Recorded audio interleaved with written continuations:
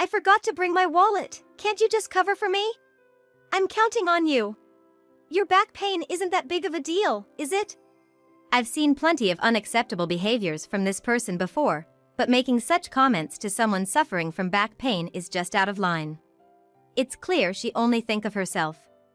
It's pitiful that she doesn't realize that what she does to others can come right back at her.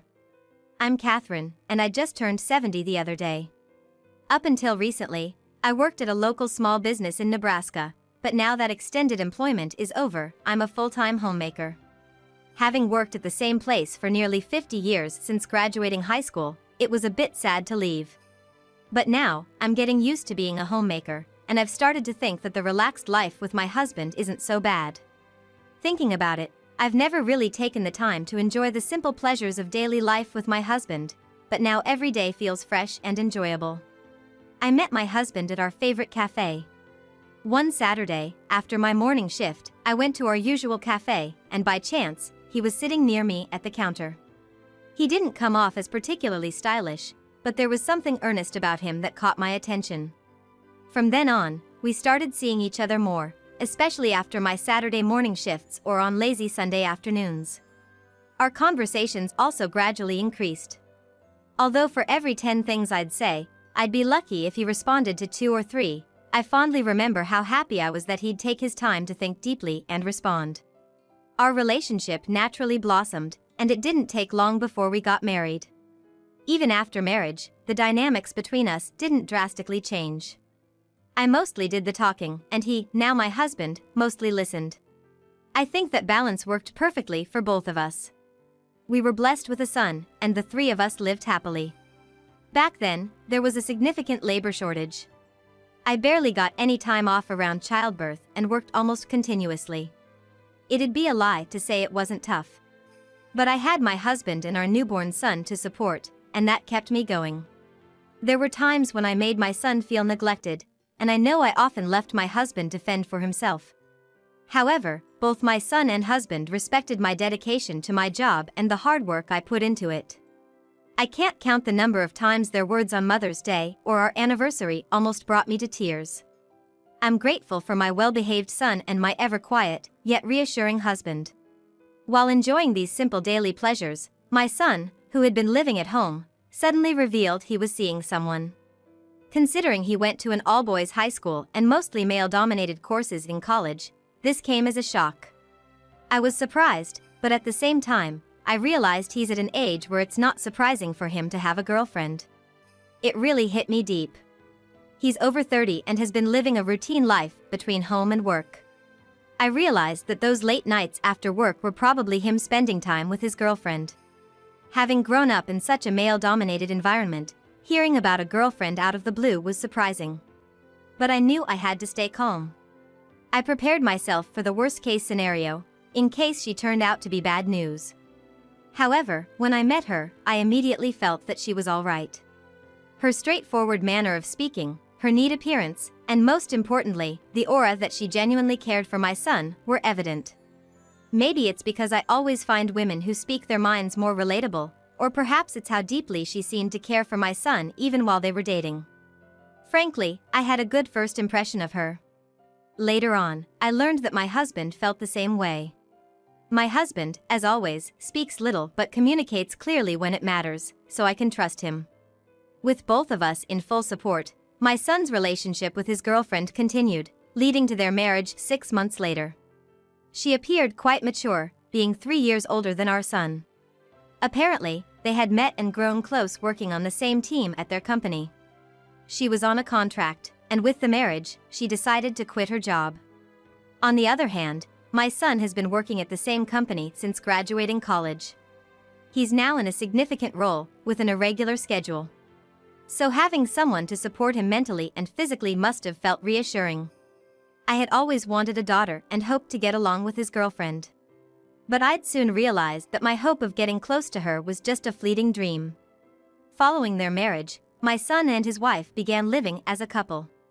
They both had lived with their parents until then, and now, with marriage, they started their own independent household.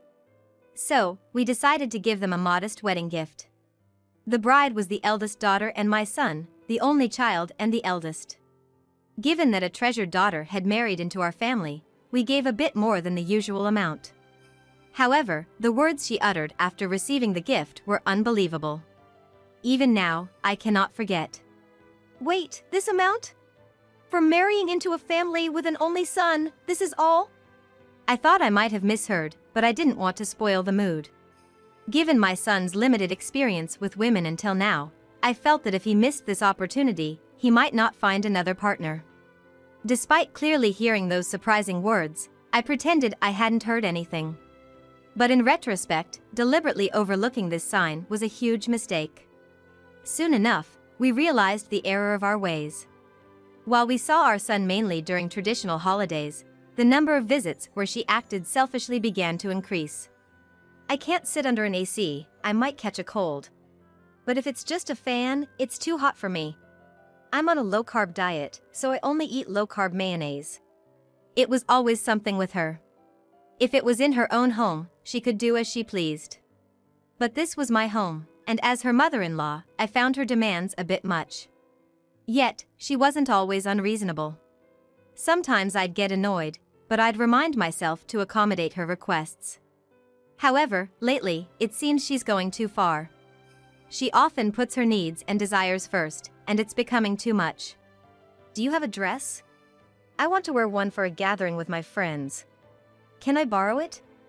I own several kimonos, and each one has been carefully chosen for its exquisite fabric. Even now, decades after purchasing them, it's evident at first glance how high quality they are. I don't wear them much now, so feel free to wear them anytime. But be careful, the fabric is delicate. Yes, I understand. She borrowed it hastily. When it came back, it was in terrible shape. There were stains, wrinkles, and what seemed to be bits of food. Clearly, she hadn't had it cleaned. It appeared as if she had taken it off in a rush and brought it to us as is. It was hard to move in because the fabric didn't stretch. But they say dress deteriorate if you don't wear them. Wasn't it good timing for me to wear it now? I didn't know how to respond, so I could only muster a disheartened reply. I wondered if she always behaved this recklessly in her daily life. Still, there was no way to ask. Recently, it's mostly my daughter-in-law who visits our home, with my son and grandchildren rarely around. Apparently, they are busy with work and club activities, which means she visits us alone. I wonder if my son is aware of how she behaves when she's at our home. Regardless of whether he knows or not, I've started to find her daily behavior increasingly problematic. While my son is busy with work, his wife comes to check on us. To an outsider, it might seem like a close relationship between in-laws, but it's not the reality. My husband, being of an older generation, tends to avoid confrontations. Sometimes, I'm not sure what he's thinking. He just accepts my daughter-in-law's comments without showing any disapproval. I hope that as a married couple, they'll eventually understand each other. But I also fear I might be mistaken. Despite my son and grandchildren being busy, my daughter-in-law continues to visit us. She came quite frequently, about once every 1 to 2 weeks. I couldn't be too harsh on her, but I did sense some ulterior motives. Every time she came over, she had specific requests, this snack, that tea leaf.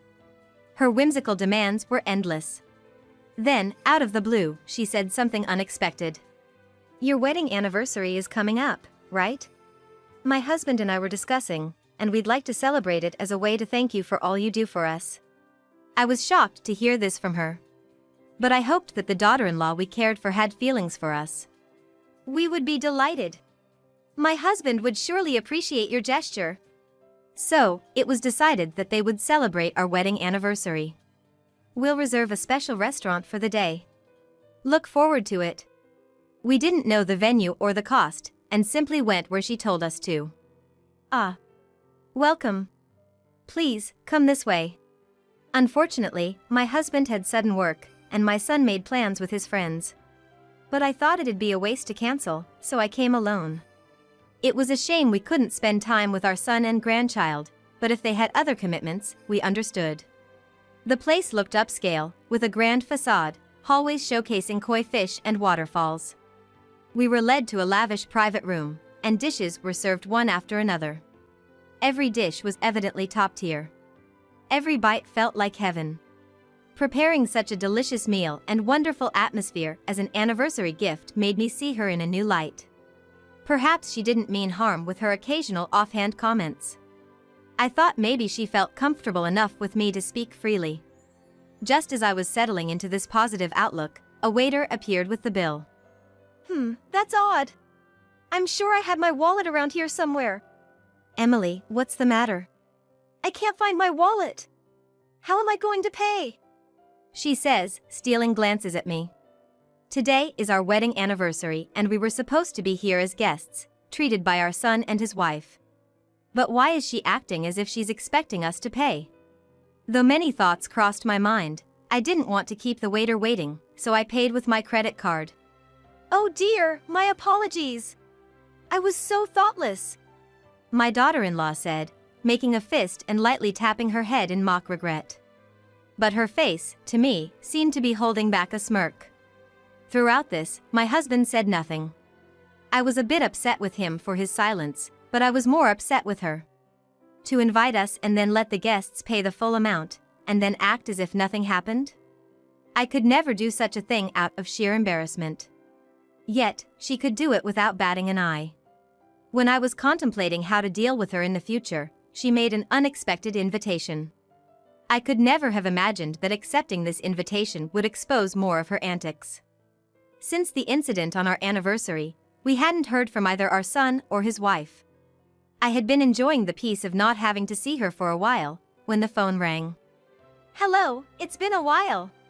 I heard there's a Costco opening in the next town over. Yes, I've heard. Isn't Costco something like a wholesale store? Yes. You see it featured on TV often, right?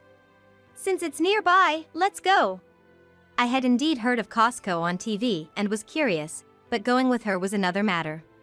Considering her past behaviors and the recent incident where she invited us and then let us pay, I had a bad feeling about going with her to Costco. Moreover, I hadn't driven in a while and lacked confidence, and she didn't have a license. Just as I was about to decline her invitation citing the driving reason, my husband, who had been listening, gestured for the phone. Confused, I handed it to him, and he uttered words I wasn't expecting. Emily, I happen to be off that day. I can drive. Shall we go together? Awesome. Let's meet up on the opening day. Thank you. After hanging up, my husband quickly left the room. I knew he was aware of our daughter-in-law's past actions, yet he proposed to go to Costco with her and even offered to drive. I couldn't understand what he was thinking. The much talked about Costco was bustling with people when we arrived. Huge shopping carts clattered everywhere. Everyone seemed to enjoy shopping, but I felt only unease. With just the two of us at home, we'd likely waste the bulk items sold at Costco. So, the only thing I wanted to buy was a refill pack of detergent I'd run out of. Meanwhile, my daughter-in-law was piling up item after item in her cart. Ah. This is the bread I saw on TV the other day. I'm getting it. Oh, and I've wanted this jam too. Hold on, Emily. You're buying a lot. You didn't forget your wallet like last time, did you? Oh come on, are you still holding on to that? That's scary. Besides, I need all these for a home party with my mom friends. I was truly taken aback by her complete lack of remorse. After shopping for a while, we began lining up at the checkout. But, perhaps due to the opening sale, every checkout lane was backed up with a long line of shoppers. It seemed like it might take a while. The cart was piled high with goods. The detergent I bought seemed to be buried somewhere beneath. As I was contemplating this, my husband suddenly spoke up. I forgot to buy something. What? Why all of a sudden? I don't know where it is. I'd like you to come with me. Oh, Emily, you can stay in line for us. Saying this, he pulled my hand, trying to lead me out of the line.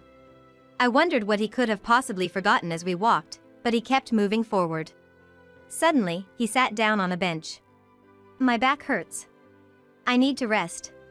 From where we sat, we were a bit away from the registers, but I could still see the line of people waiting. Amidst my confusion, my phone rang. We're almost at the checkout. Where did you go looking for the forgotten item? I don't want to go through this line again. I'm sorry. My husband's back is acting up and he needed to rest. Most of the things in the cart are what you put in, right? I'll give you money for the detergent I picked out later. Could you please just check out on your own? What? Are you serious? This is the worst. I felt bad for leaving her alone in line, but was it really necessary for her to shout like that? Even without the speaker on, her yelling could be clearly heard by everyone around.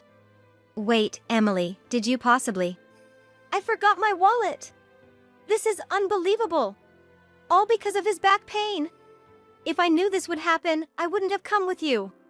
It was glaringly obvious that she had been counting on our wallets from the beginning. Did she even realize she was digging her own grave? However, I feigned ignorance and offered some advice. Forgot your wallet? Don't you have electronic money or something like that? I don't know anything about that. What am I supposed to do with all these items in the cart? His back? I don't care about that. I need to figure out how to pay for these groceries. My husband, who had clearly heard her shrill voice, took the phone from me, sighing. I understand now, Emily. You ignore those in need and think that you should always be helped. It's evident now. No, that's not what I meant. You'd rather us pay for your things than worry about my health. Remember, that kind of thinking and behavior comes back to you. We're going home. Find your own way back. What? No way. This has to be a joke. The normally silent husband firmly refused, which seemed to deal a significant blow. From the other end of the phone, repeated claims that it was just a prank echoed, but the husband cut the call without hesitation. Later, he mischievously revealed with a laugh that his back pain was a lie. Hearing this, I felt relieved. True to our words, my husband and I decided to leave our daughter-in-law behind. Most of the shopping items were hers, and since it's the neighboring town, it would take some time, but she could get home by transferring between trains and buses. Messages from our daughter-in-law kept coming in on my phone, causing it to ring non-stop. It was so annoying that I decided to ignore it for a while. When my husband and I got home and checked the phone, there were multiple missed calls from an unknown number, clearly not a mistake. Curiously, I returned the call, and it was from Costco's security office. Apparently, our daughter-in-law had been taken to the security office and they wanted someone to vouch for her identity. My husband drove back to Costco. Following the directions to the security office, we found our daughter-in-law shouting and raving. Her hair a wild mess. The sight was unbearable. Fix this situation now. You took so long to get here. We learned that she had argued with the cashier about not having money. When the cashier suggested other payment methods, she aggressively lashed out, so she was brought to the security office to prevent further disturbance. We came with her, and I believe she gave you our contact as an emergency. But as you see, she has no intention of paying. We're at a loss too. It's up to you if you want to involve the police. With that, I left the security room, not wanting to spend another moment with her.